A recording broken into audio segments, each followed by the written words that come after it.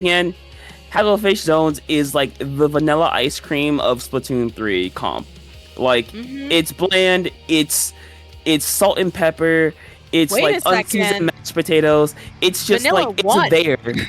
Vanilla It's won the Splatfest. it's not the best option though. Mm, well, we're gonna have to debate that later because we are getting into it. Let's see, looking at both sides. Nothing too surprising from Duck Motif, just about the same.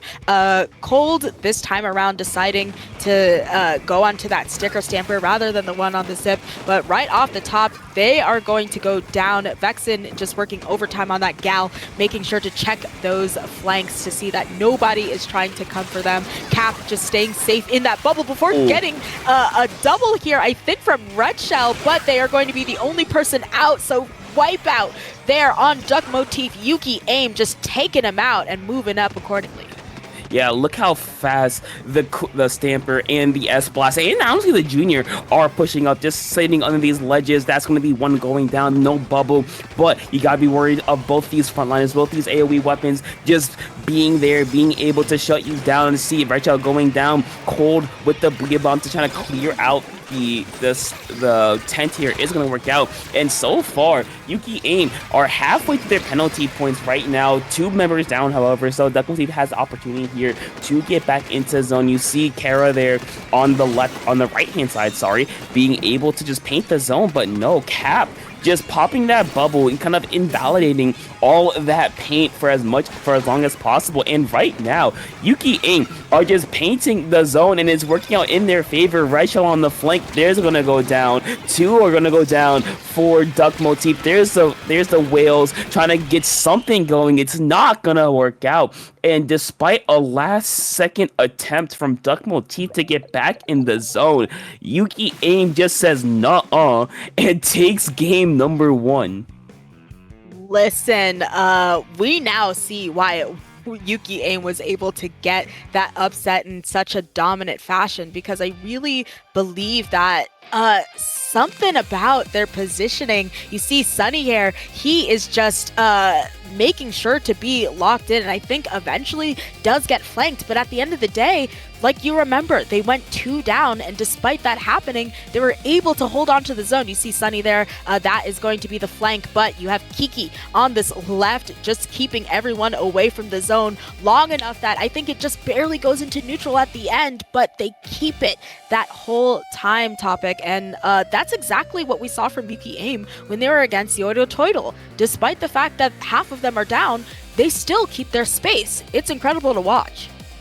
Yeah, just really good of just not, even though they are technically members down, they are not giving up that much. They're not mainly getting up mid so the enemy team can't push up. They're giving up just enough to keep themselves safe, but not too much as to put the rest of their team in danger. But we're going to see if they can continue this as we go to game number 2, Inkblot Tower. And honestly, I think most of these weapons stay. The only thing I could see is Bandit going over to that E-Leader. Actually, no, sticking to the ZF. The biggest change that I see is Kara going over to the vanilla bucket. So that means we have Hexa strikes on this side of Duck Motif. Oh my gosh, yes, that is going to be a lot of strikes that they have to contend with, but I think I understand. Maybe it's kind of an answer to Yuki Aim having this double booyah that we see online and that they had last time around too, but of course this is Tower, so instead of just double booyah saying, hey, they're able to take all this space, it's instead going to be GG specials. So you take down one and you're gonna have to make sure you take down the other, but in the meantime, Yuki Aim has taken the tower, you see, and the lead seemingly, so they're still going. Cap getting this pick on Kara like nothing. Cold with the booyah, 2 booyahs about to come out. That is 3 people down, and Yuki Aim is just mowing through Duck Motif. I mean, shout out to Cap, the Battle Junior putting in work, just getting 1 or 2 in mid, getting the tower, popping the bubble, and keeping or giving Yuki Aim a lot of space or a lot of time to work with. Because now we've seen this aggressive junior has been working out in their favor. Because you see right now they're down to 35 points, broken through the biggest chokehold of this map, being the second checkpoint. Another Booyah coming out, the wall just kind of sitting there, forcing a Booyah to be thrown to the heavens, able to get it on the bats. Very, very big there, keeping Cap, I believe, in the bats, forced out by Vexen here, not quite able to get the pick, and that will be the wipeout on the side of Yuki Aim. And now Duck Motif with 3 specials, strikes, zip, actually no, with double strikes, Everything. With everything at the ready. They had this opportunity here to get a lot of points on the board. Yes, that is not what you want to see on your UI when you're playing the game, that the team that you're up against, especially when they have double, triple strikes, that they're all ready to go. Bandit is going to take someone out with one of those strikes before backing up, actually. Cap, I think, trying to see if they can just get that paint down, if they can keep this space, just really playing like a junior. Some rat behavior we're sort of seeing, but in the meantime, 2 of their members go down, including them. That is going to make 3 into what is a delayed wipe, essentially. So finally, Duck Motif is going to take that tower, move their way up. However, Yuki Aim seems to still have their bats and their wits about them. So firstly, more of those strikes gonna come out. It is just going to be a hail of strikes and specials as Red Shell tries to get yet another pick. And honestly, despite the fact that lots of the members of Yuki Aim are up, I was going to say that Duck Motif was making good headway, but it seems as though Yuki Aim said, all right, that's enough, our turn again, and has effectively chased them out and stopped their push.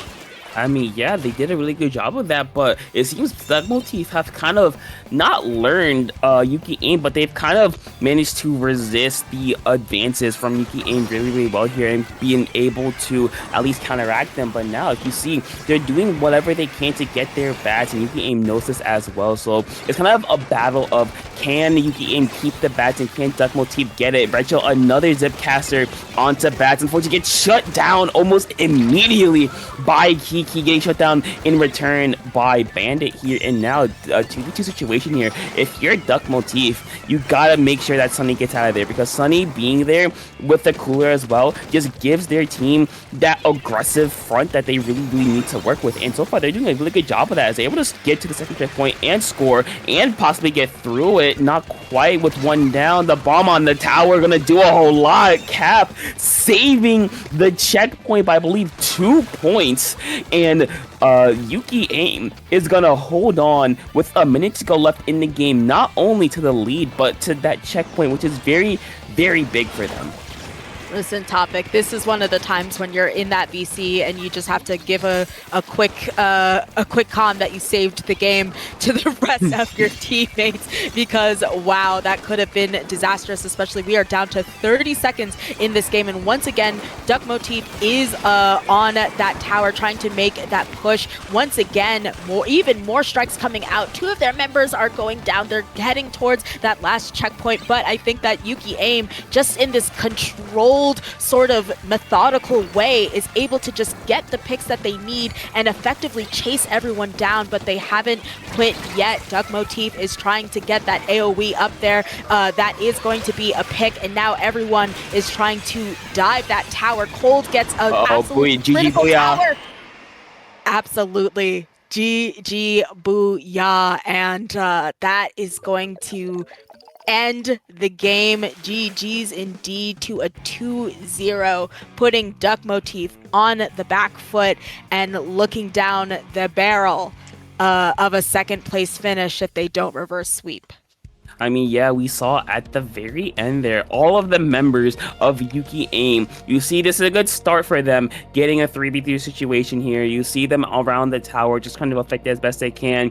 And then once he hit that final, like 5 to 10 seconds, we see them all kind of rotate to bats. Well, Kiki dies here, that doesn't count. But we see them all rotate to bats to just kind of hold it here, because they know that one wants to go there. Vixen going down, 2 going down, 3 going down, just Red Shell, they go down. So good awareness from Yuki Aim to kind of rotate to Bass, kind of keep it their color and make sure that Duck Motif cannot get there. But we go to game number 3. We go to Splat Zones. And honestly, I think I still stick with I believe that nothing really changes. The only thing I can really see is Kara for Duck Motif going back over to the Fro Pro. But other than that, I think both these teams, they like what they have. They like what they've been running. So I don't see a reason to change it, honestly. Even if your Duck Motif down 2-0, I think you stick with what you got. Listen, I think that is very likely, but I had so much fun watching both of these teams with GG specials, just tossing them and farming them back and forth, seeing them just scrambling to get their 2 booyahs, both of them active at the same time, watching Bandit pop the trip ink strikes, and then seeing them come out again. I believe maybe that's from was it Hayden? I think I think it was Kara at the time. It was super fun. But looking at this, of course, we have a stick on that double booyah. And just as you foretold, we have a switch back to the Frozen Splatter Shot Pro. But we also have a DC. So we're going to be going back there to restart it because, listen, Yuki Aim needs both of those booyahs online. Yeah, both those booyahs. Yes, you can use one, but I think the second one is used mainly for insurance or to be aggressive, because you can use one in zone, or on this map specifically, you can use a booyah to get to that top left side of the enemy spawn. Because I believe in zones, does this one have the block jump? I think it does, if I recall correctly. You mean when you're trying to lock out, like in spawn? Yeah, like the that block jump in court. Is it on? I believe it is on zones, if I recall correctly. I'm a schmuck. I can't tell. That we are getting word that is correct.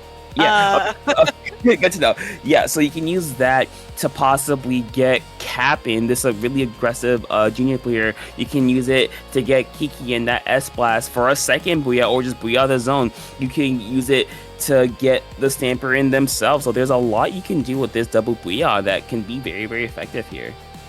I mean, very true, but I would be kind of surprised if they're even necessarily in the position to do that. I think at that point, you're essentially at lockout. Now, Barnacle and Dime, I mean, I have long said, I guess, I don't know how hot that take is, but I don't even think that it should necessarily be legal because of just how brutal it is. Oh, that is tough. You see here that Tickle's switch died. Is Tickle a handheld player? Or did we have the most unfortunate switch just malfunction of all time?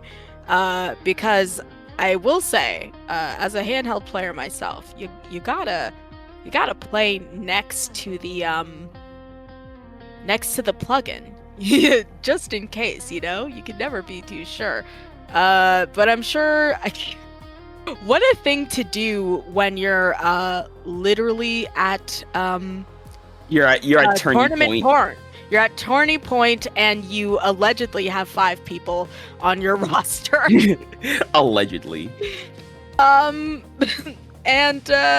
your switch just dies and just denies you the win. So I guess we'll get that figured out. I know that, if I'm not mistaken, Sendo has that new thing that tells you the timing for each game. So I'm sure it's going crazy and being like, that's weird. Why are you 10 minutes over? But let's take a look at the bracket here, Topic.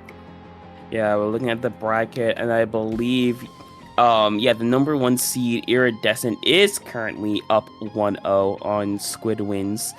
On Squad Wins. Sorry, not Squid Wins. You made it a squid fish pun, and that was not intentional. I did not mean to do that. But enough about the 3rd place match. We have our 1st place match. back and ready to go. Both these teams, of course, sticking with what they had as per DC rules, and we are ready to go. Yes, absolutely. We are back in it, cold, or rather, Tickle back in it as well. So right off the top, Duck Motif wasting absolutely no time to just squad up and get a lot of that yellow down. You see everybody is up, and the watchful eye of that leader is looking to pick people off, and that is going to be 3 people down on Duck Motif already. So Sunny, you see he's moving up, getting that paint down as that pencil and their teammates are coolered up. So Kiki, I think, trying to take that plat, Cap doing just that. And I said, I don't know if there's going to be like a really strong knockout position because Duck Motif is such a strong team, but Yuki Aim is certainly going for it. I mean, yeah, 2v2, 3v2, or 3v1, or 1v3 now, as it's just the last member remaining. You see Abuya's at the ready, Pen gonna have Cool at the ready as well, so Yuki Aim can just keep this up for as long as they want. They have another Booyah also as well to keep up and keep Duck Motif back. 35 ticks remaining. There's the Booyah coming out. Both Booyahs coming out. Actually, they're both gonna hit the plat. One's gonna go down. 2 down on the side of Duck Motif. No 52. Nobody actually. As the wipeout, I believe, will.